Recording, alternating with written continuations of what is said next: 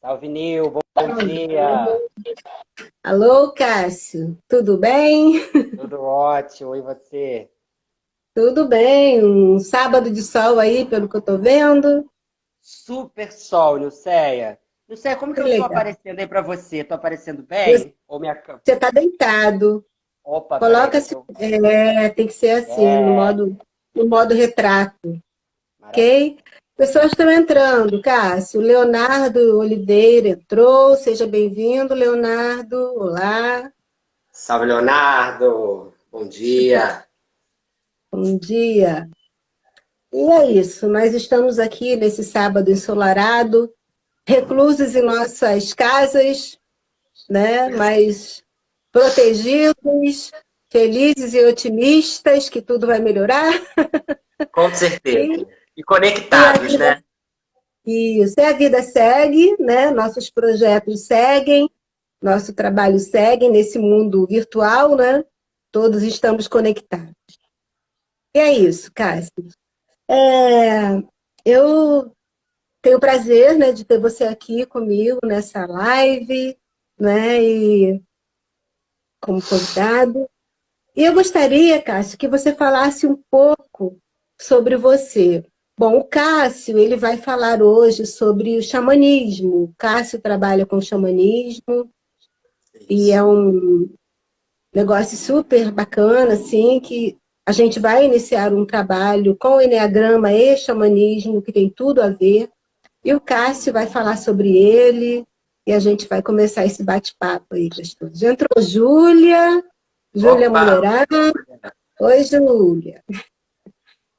Então, Bom, muito bem, Nil. Meu nome é Cássio Campos, eu sou artista, sou ator já há quase 10 anos, profissionalmente trabalhando com teatro. E sou terapeuta holístico também, com algumas formações, eu sou reikiano, eu tenho uma formação em terapia natural das ervas, onde eu desenvolvo todo um trabalho de cura através dessa medicina, né, popular, ancestral, tanto fitomedicinal quanto fitoenergética também. Trabalho com essas duas polaridades que o trabalho com erva nos permite. Sou focalizador de danças circulares, focalizador e pesquisador de danças antigas, danças ancestrais, feitas em roda, em círculo, e fundador da Casa de Artes Religare, né? Ou então Casa Holística de Artes Religare, que é um espaço holístico de arte que atualmente acontece na cidade de Cordeiro, onde a gente vive. E como ator, eu trabalho com uma companhia, a Companhia Arteira, uma companhia que já está em atividade há 12 anos, tem um trabalho incrível de fomento à arte, à cultura, descentralização desses recursos. Então, é isso. Esse sou eu, né?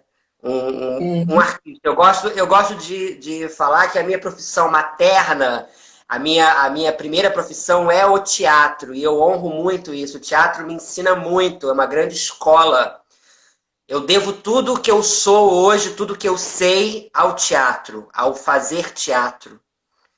É sem dúvida a minha grande escola, a minha grande universidade. que legal, mas é um multitalento, né? Vejo em você muitas potencialidades e talentos Então, assim mais variados e que acabam também conversando, né? A gente é pega um pouco de tudo que a gente faz da nossa bagagem e coloca no nosso trabalho, né? exato. Isso acontece, né, comigo, né? Eu sou artista plástica, né?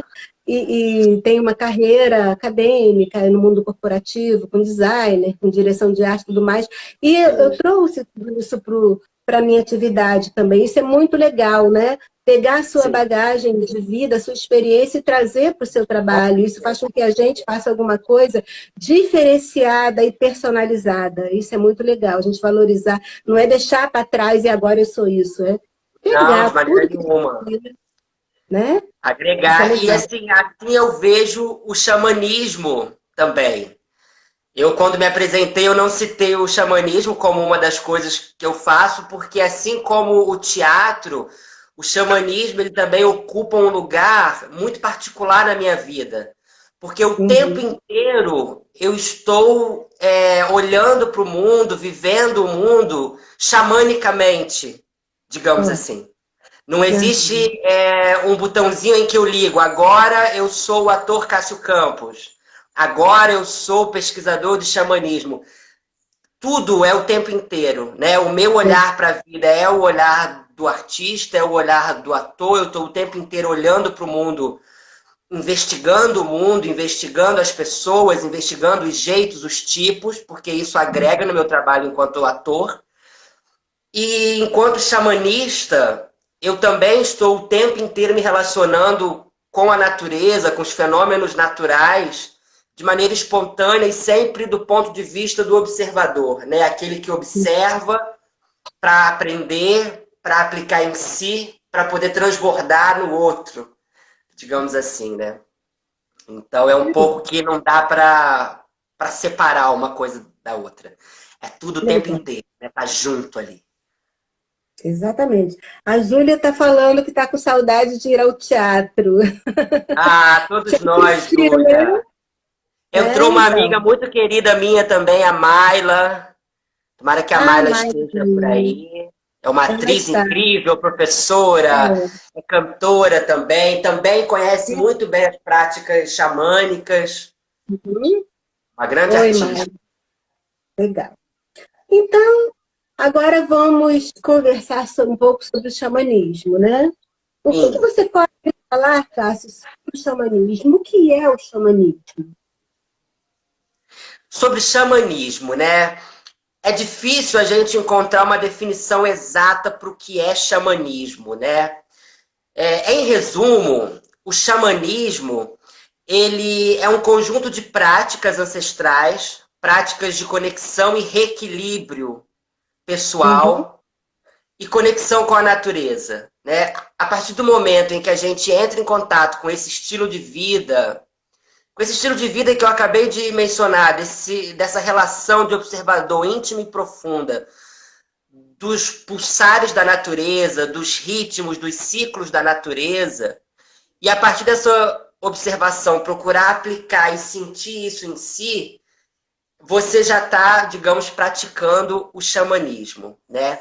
Historicamente, o xamanismo surgiu quando o homem surgiu, quando o homem decidiu começar a sacralizar os fenômenos da natureza, o relâmpago, a chuva, enfim, a força das águas, quando ele começou a se relacionar sacramente, espiritualmente com esses fenômenos, surge o xamanismo, né? Surge essa forma de cultuar uma força externa, uma força que está fora. Então, a gente pode dizer que o xamanismo ele é um culto ancestral às forças da natureza e que todas as outras religiões surgiram a partir dessa sabedoria, a partir desse impulso que o homem primata teve em cultuar forças que estavam fora. E também a se relacionar, não só cultuar, como se relacionar, né? Para os povos antigos, a relação com a natureza era uma relação de muita verdade, muita honestidade, porque eles sempre entenderam que eles dependiam do bom funcionamento, desse bom relacionamento para a própria sobrevivência. Então, plantava-se para se comer, e para se plantar, observava-se os ciclos da lua, as estações, porque tudo isso precisava ser levado em consideração para que o resultado final fosse um resultado de prosperidade, de boas colheitas. E como consequência, como gratidão, eles honravam essas benesses, essas bênçãos da terra, através de um ritual, através de um canto, através de... enfim, através de manifestações espirituais, né, particulares de cada povo.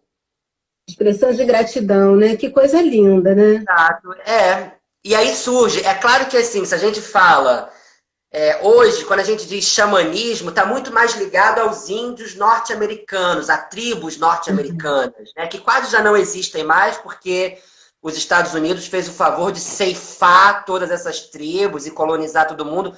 Um processo muito semelhante ao que tem acontecido aqui em nosso país, Já há alguns anos, agora mais do que nunca, a gente tem observado uma crescente do extermínio às terras indígenas, aos povos indígenas, à cultura indígena, o que é uma tristeza absurda, assim, enorme, porque nós somos, a gente faz parte dessa raiz. É muito importante que a gente beba dessa fonte, né, para que a gente se reconheça melhor como povo e também, enfim, agregue todos esses conhecimentos à nossa vida, né?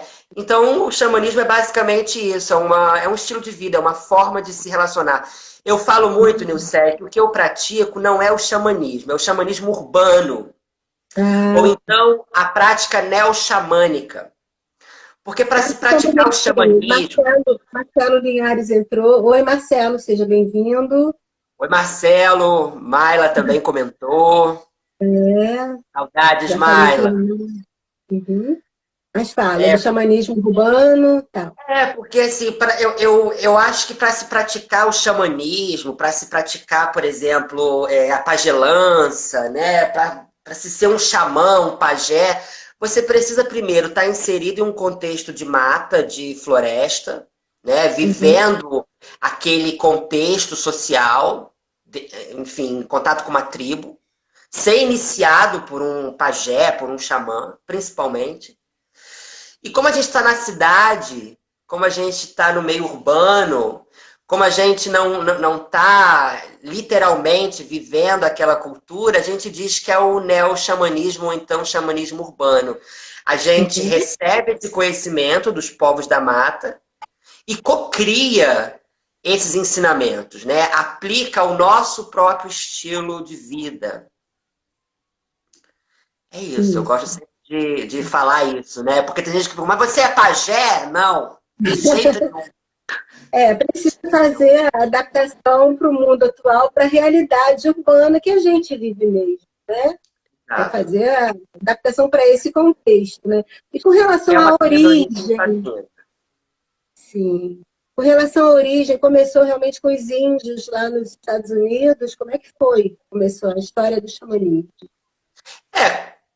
Como eu disse, começaram com os povos primordiais, né? Os povos que habitavam as cavernas, os povos primordiais foram quem deram o pontapé. A palavra xamanismo, ela vem do idioma da Sibéria. Não vou me recordar agora qual é a expressão exata, mas a palavra xamanismo, ela vem desse lugar, né? Essa característica. Mas o culto, a forma de se praticar, ela nasce com as culturas antigas, com o homem primordial, né? Com os primeiros homens, com a primeira consciência a habitar, a primeira consciência humana a habitar a Terra, ela já deu início ao xamanismo, né? A essa sabedoria, essa forma. Que hoje em dia, atualmente, a gente vê o xamanismo muito presente, né? Em muitas correntes, muitas pessoas praticando, o xamanismo linkado a muitas práticas de autoconhecimento, porque é realmente uma prática de autoconhecimento. Hoje em dia, com tudo isso que a gente tem visto de física quântica e de todo esse pensamento quântico e científico, digamos assim, a gente pode olhar para o xamanismo como uma prática incrível, porque ela também é uma prática muito científica. As práticas xamânicas se encaixam completamente a esse conceito quântico. Por exemplo, o fato de você usar da medicina de uma erva para poder curar um mal, para poder curar uma doença, isso para mim já é um grande feito científico, né? Hoje em dia, a gente sabe que os remédios são feitos de ervas. A partir de um experimento em laboratórios. Mas pensa, os povos antigos não tinham essa estrutura. E a partir de uma pesquisa, a partir de uma intuição, a partir dessa observação, identificavam que cada erva curava um mal. Eu tenho aqui, eu até trouxe para a nossa roda de hoje, mais tarde eu toco, antes da gente encerrar, o tambor xamânico. Existem já estudos de que a frequência vibratória emitida pelo tambor xamânico, ela altera as nossas ondas cerebrais de alfa para beta. que são as Uhum. frequências do relaxamento e da expansão. Então, assim, Essas, existe funda- muita ciência nessa medicina, né, popular.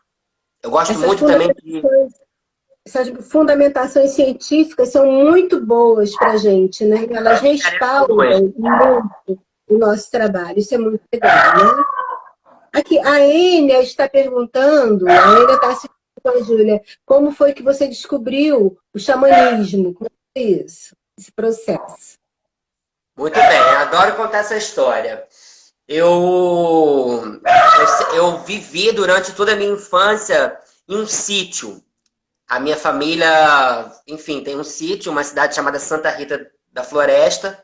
E eu vivi durante muito tempo nesse sítio. E vivendo nesse sítio, eu, como criança e como observador, pude, durante muitos anos, observar a natureza, né?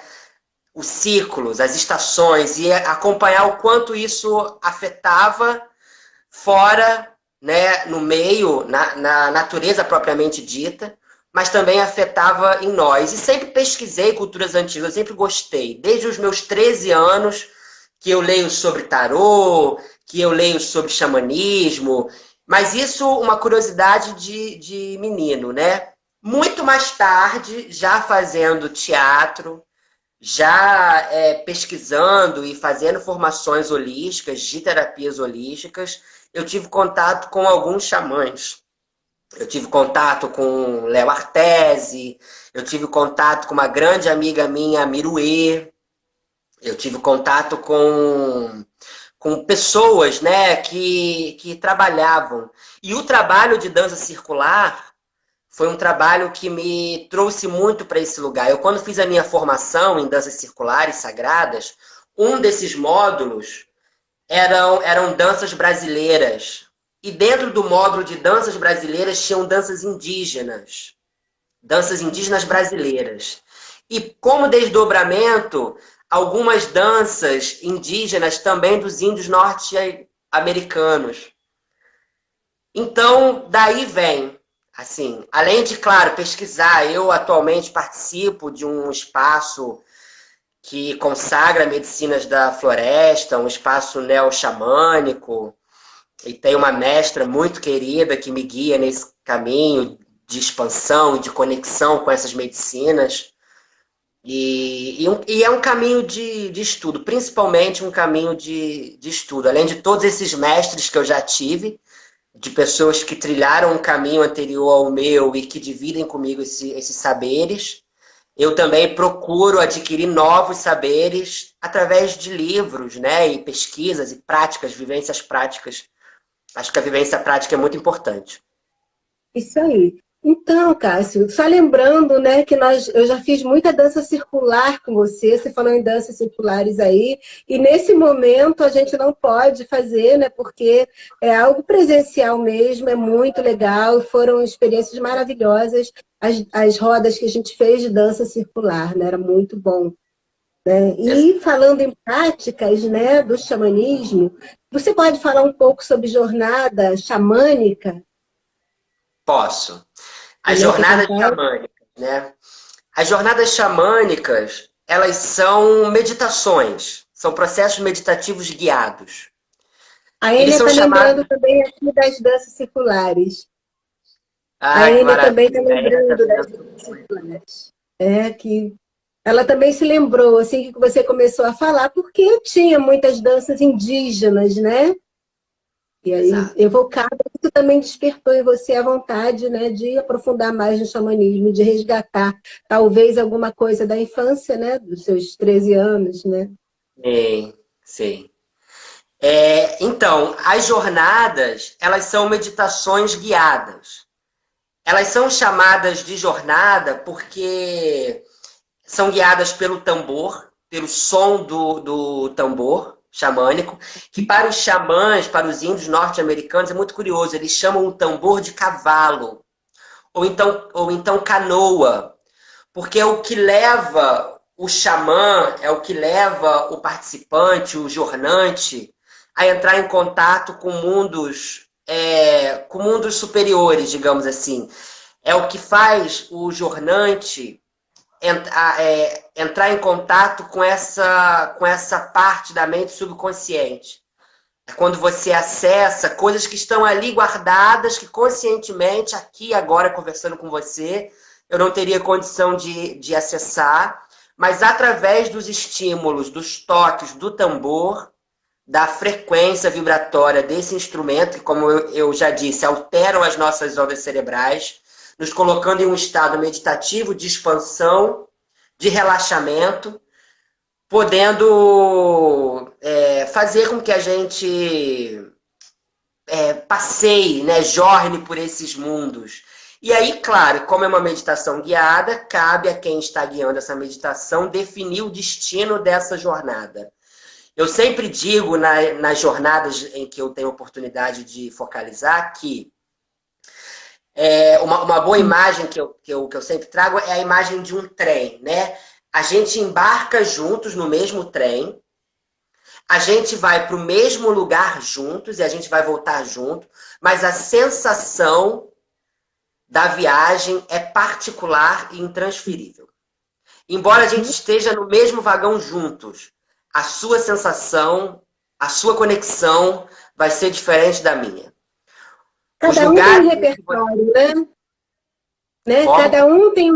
Cada pessoa tem um repertório diferente, cada um tem um repertório, né? cada um tem uma forma de sentir, se conectar àquela viagem, àquela jornada. E é isso, cada um tem uma vivência, né? Cada um tem o seu próprio depósito de informações, as suas vivências, lembranças, referências. É isso, é um processo muito intenso, muito profundo. Eu tenho relatos lindos de pessoas que participaram de jornadas comigo, e eu tenho relatos lindos de jornadas em que eu tive a oportunidade de participar enquanto participante mesmo, né? Sendo guiado por outra pessoa. É realmente um processo de muita cura. Você quando retorna, não é o mesmo que foi. É impossível você voltar de uma jornada xamânica igual. Você sempre volta diferente. É incrível. Eu participei de uma jornada xamânica com a Miruê, né? E foi muito legal, porque eu tive a confirmação ali do meu animal de poder. E foi muito legal, porque esse animal de poder, ele já estava muito presente. Então, eu vi ali, eu só confirmei, foi uma experiência maravilhosa, inesquecível mesmo. Aí eu queria que você falasse também, Cássio, sobre esses animais de poder. As pessoas ficam muito curiosas em saber como é que é isso, como é que ela pode descobrir qual é o seu animal de poder. Muito interessante, né? O animal de poder, ele é uma parte arquetípica, digamos assim, nossa, né? É uma força instintiva, selvagem, que existe em nós, existe no nosso inconsciente, existe em todos nós. Existem muitas lendas indígenas, né, xamânicas, que dizem que quando a gente nasce, a gente recebe um animal de poder de presente, que nos acompanha até um certo tempo, até uma certa idade. Depois esse animal se despede de nós e outro animal assume. Ele tem, a partir desse mito, a gente percebe que ele tem a mesma força de um anjo de guarda, por exemplo. Né? Então, os xamãs, eles acreditam que essa força animal, a força desse espírito, esse impulso instintivo, ele está em nós e ele se manifesta em nós a partir da nossa personalidade, a partir do nosso temperamento, a partir de um momento em específico em que a gente está vivendo. Acredita-se que nós temos uma força animal, uma força vibracional em que está em nós e faz parte do que a gente é o tempo inteiro, mas existem também forças que vêm e vão, né? Energias, vibrações que vêm e vão.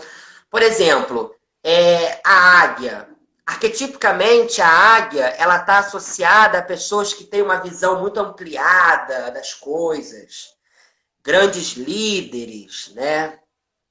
Então, se eu sou promovido na minha empresa, por exemplo, mas não tenho essa característica, mas tenho o desejo em assumir esse cargo, entrando em contato com essa força, entrando em contato com esse arquétipo e incorporando essa força em mim, o que a águia é, todas essas qualidades, você acaba conseguindo executar o seu trabalho com um pouco mais de confiança e segurança. O lobo, por exemplo, que tem uma outra característica bonita, eu amo falar sobre os lobos. O lobo, ele é um animal que vive em matilha. O lobo, ele tem uma parceira a vida inteira. Ele encontra uma parceira e fica com ela a vida inteira. E ele dentro da sua matilha, né, tem sempre um lobo que ele é o líder. É o professor, é aquele que sai, vai para o mundo para caçar, para buscar novas terras, mas sempre retorna para o seu clã, para a sua matilha, para partilhar aquele conhecimento. Então, arquetipicamente, a gente pode dizer que pessoas que estão à frente de grupos, professores, enfim, sacerdotes, arquetipicamente se afinam ao que o lobo é. E assim vai, né? É claro que é necessário um processo de jornada, um processo de autoconhecimento. Descobrir o seu animal de poder, essa força que te impulsiona instintivamente, é uma poderosa ferramenta de autoconhecimento. É muito interessante, muito curioso. Cássio, e existe a possibilidade de fazer esse trabalho online? Eu nunca fiz. Eu vou dizer que assim, eu já vi muitos trabalhos assim na internet, jornadas gravadas, guiadas. Eu nunca vi. Eu leio o xamanismo como uma experiência muito, muito orgânica, muito viva, é muito sensorial, sabe? Você participou de uma jornada com a Miruê, enfim, pessoas que participam com jornadas em que eu focalizo. É um processo muito orgânico e muito sentido, porque além do som do tambor e de outros instrumentos que são usados, existe uma série de aromas que são liberados através da defumação com ervas, através do cheiro que é exalado pelo tabaco, pelo fumo, que é usado durante o ritual. Isso tudo ajuda a pessoa a relaxar e a expandir a consciência. Então, eu, por exemplo, não me sinto pronto, preparado para focalizar uma jornada de animal de poder, por exemplo, pela internet. Até mesmo porque é uma prática que antes dela ir para o mental, ela passa pelo corpo. Existem uma série de estímulos corporais que são executados para que você saia daquela mente racional, consciente, quadrada, fechada, e vá para esse lugar de expansão. Então, online acontece, tem pessoas que conseguem. Acredito mas eu assim não que estou pronto ainda. Por meio da meditação, por meio de uma vivência induzida, se consiga fazer. Você está vendo aqui atrás o tapete do Enneagrama, né? Você já participou de vivências com esse tapete, você sentiu a energia. Então, com as pessoas que eu trabalho online, assim, 80% do meu trabalho é online, né? Eu sem utilizar o tapete mesmo nessa vivência física, através de vivências induzidas, assim, utilizando até, às vezes, uma hipnose ericksoniana, alguma coisa do gênero, a gente consegue fazer um trabalho muito efetivo. Interessante que houve um caso de um cliente, né, que pessoalmente ele não conseguiu, ele é muito racional, pessoalmente ele não conseguiu fazer essa vivência, encontrar o que era o objetivo no tapete, mas precisou de uma vivência assim, através da indução, para que ele conseguisse. Então, há essa possibilidade de verdade. Sim, né? Claro. É possível. Eu tenho tido muitas experiências com focalizações de meditações, de relaxamento e de ampliação da presença aonde o tambor é o guia. À medida que eu toco o tambor e vou coordenando essa meditação, a pessoa consegue acessar um espaço de expansão. Mas meditações curtas, né? Porque um processo de jornada de busca do animal de poder acaba sendo um processo longo também. É um processo que dura mais ou menos 2 horas, assim. Uhum. Até que você recebe todos esses estímulos corporais e definitivamente jorna e retorna dessa jornada e recobra a sua consciência, é um processo que leva, em média, 2 horas, né? Um processo bem feito, digamos assim, né? Uhum. Então eu nunca me aventurei pela internet. A jornada xamânica de busca pelo animal de poder é específico. É claro que outras práticas, como eu disse, meditações, isso já tem acontecido, é possível, as pessoas sentem, é uma maravilha. É sim, verdade. Então, Cássio, acho que nós respondemos as perguntas das pessoas, né? Alguém tem E mais aí pergunta, será? alguém tem mais alguma pergunta? Entraram várias pessoas, outras. Cristiane entrou, a Flávia Eugeni, deixa eu ver, deixa eu passar aqui. Ingrid Brum entrou, minha amiga. Coach também. Emanuele entrou. Isso. Rose Vitorino também. Sejam todos bem-vindos. Estamos bem felizes com a presença de vocês aqui, né? E, Cássio, agora vamos assim falar, né, sobre esse diálogo que existe entre o eneagrama e o xamanismo, essas coisas que ambos têm em comum. Eu com o eneagrama, você com o xamanismo. Eu e Cássio somos amigos, né? Somos parceiros. Então, a gente conversando, a gente viu que tinha muita liga entre isso. Né? E fazendo pesquisas, eu percebi que mestres, né, do eneagrama também fazem um trabalho voltado para o xamanismo, integrando essas duas ciências, vamos chamar assim. Então, assim, nós nos sentimos completamente legitimados, né, para fazer esse trabalho, para fazer essa proposta desse trabalho, que a gente acredita que vai ser muito legal. Nós estamos iniciando no dia 30 um trabalho voltado para o eneagrama e o xamanismo, né? E pelo que vocês viram a gente conversar, o Cássio expor aqui a questão dos animais de poder, da conexão com a natureza, tem todo um viés mesmo com o trabalho... né? Oi? O conceito arquetípico, tudo. Sim, o conceito arquetípico tem tudo a ver com o eneagrama também, que isso visa o autoconhecimento, o crescimento, são coisas inerentes aos dois. Então, eu gostaria que você, Cássio, falasse agora sobre esse trabalho que a gente vai realizar daqui a dias. Maravilha, eu vou falar sobre isso. Eu gostaria de falar uma coisa muito interessante sobre esse olhar, sobre esse viver xamanicamente. Hoje, por exemplo, a gente aqui no Hemisfério Sul, a gente celebra o solstício de inverno. Definitivamente, a gente recebe o inverno. E, como eu falei no início da nossa conversa, as culturas antigas, elas sempre foram muito conectadas à natureza ao ponto de celebrar a chegada de cada estação.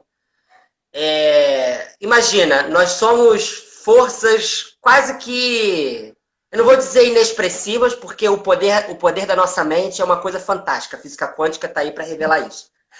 Mas perto de todo esse movimento que a Terra faz, que o Sol, que a Lua, que os planetas fazem, a gente acaba sendo uma energia inexpressiva.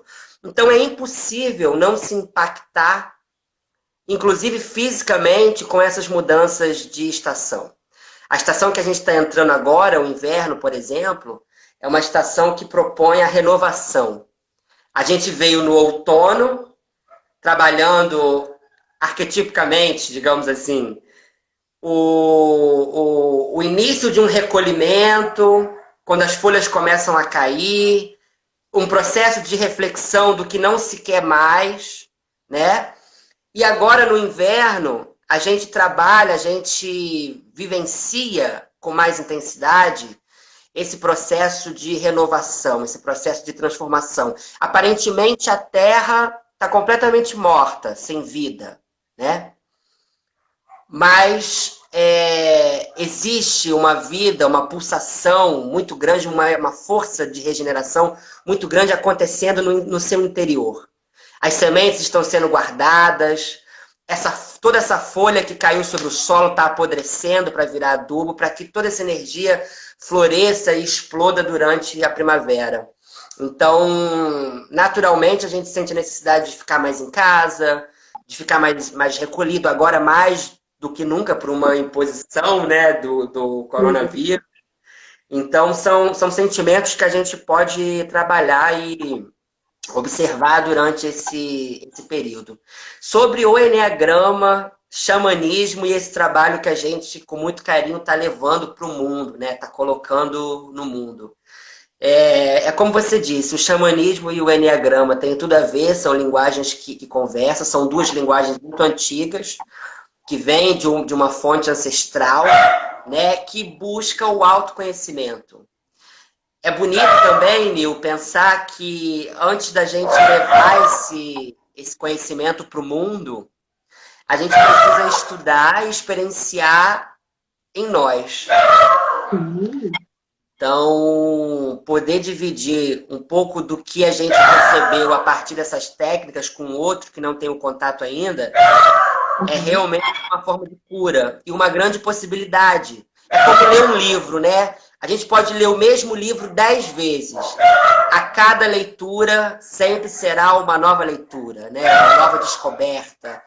A gente sempre vai descobrir um outro ponto de vista em relação àquilo que está sendo lido e renovar esse encantamento.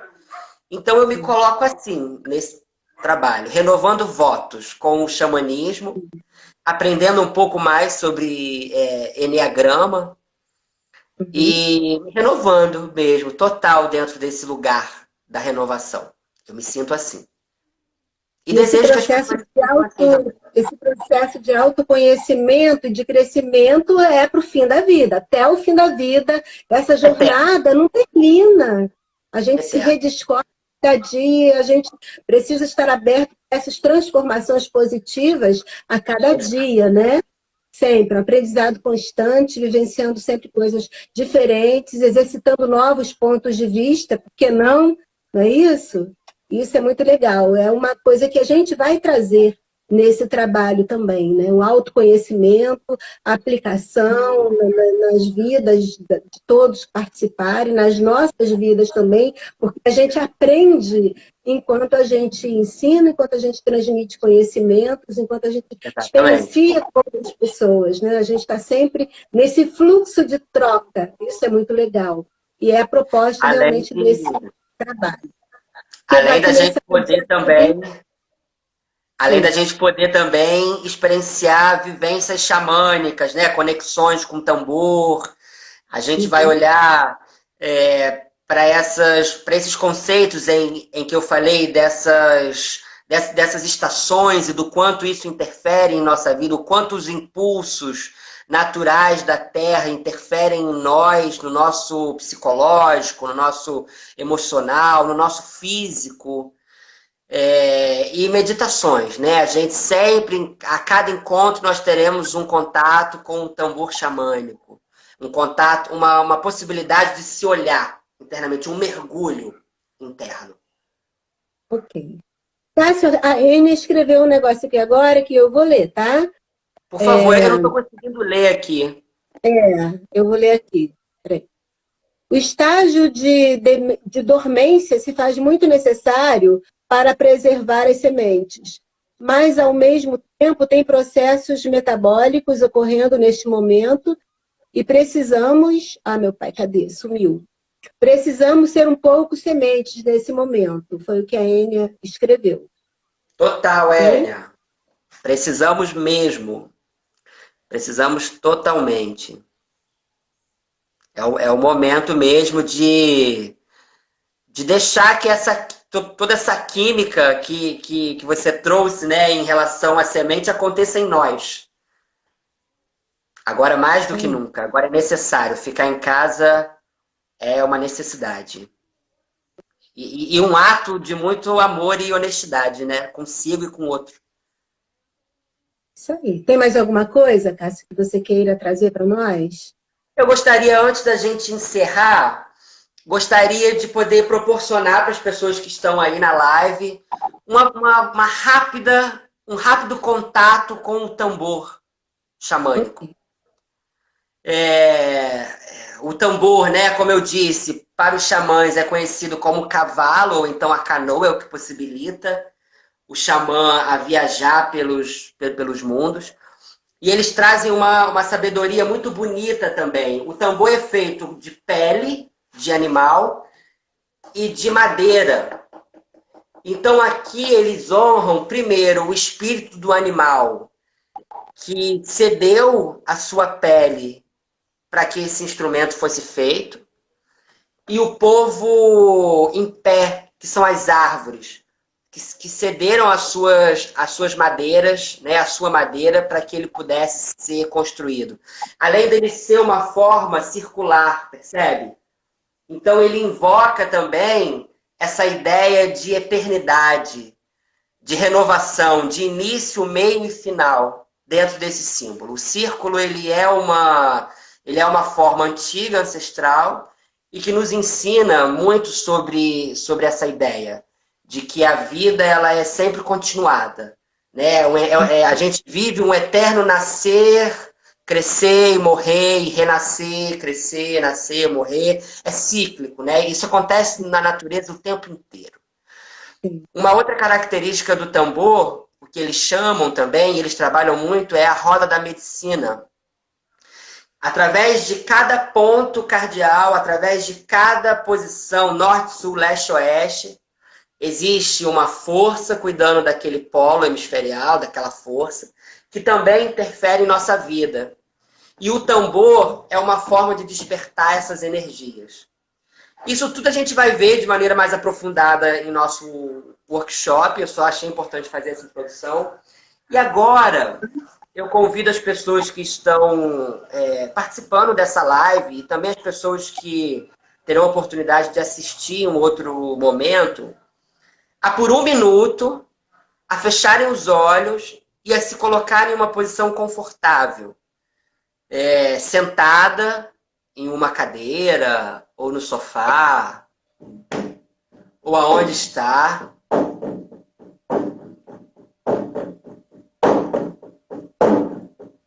Colocando as plantas dos pés bem fixadas no chão.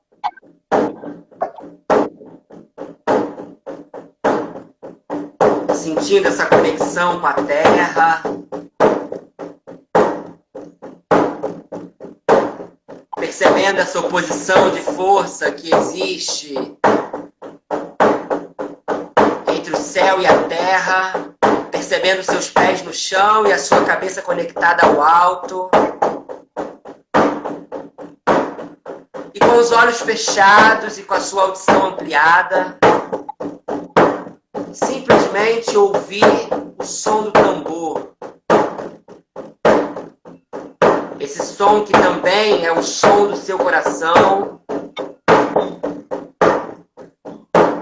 que também é o som do coração da terra.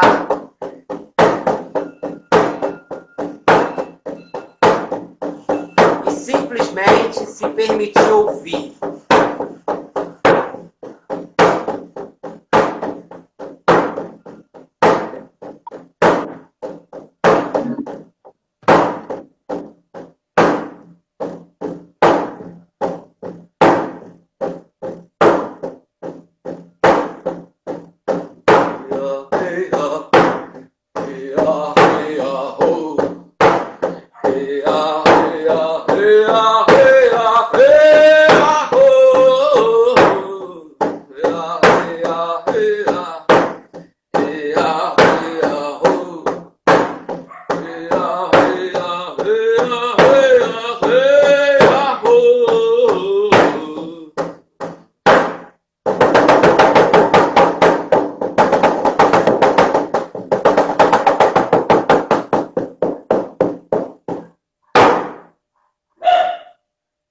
Arro!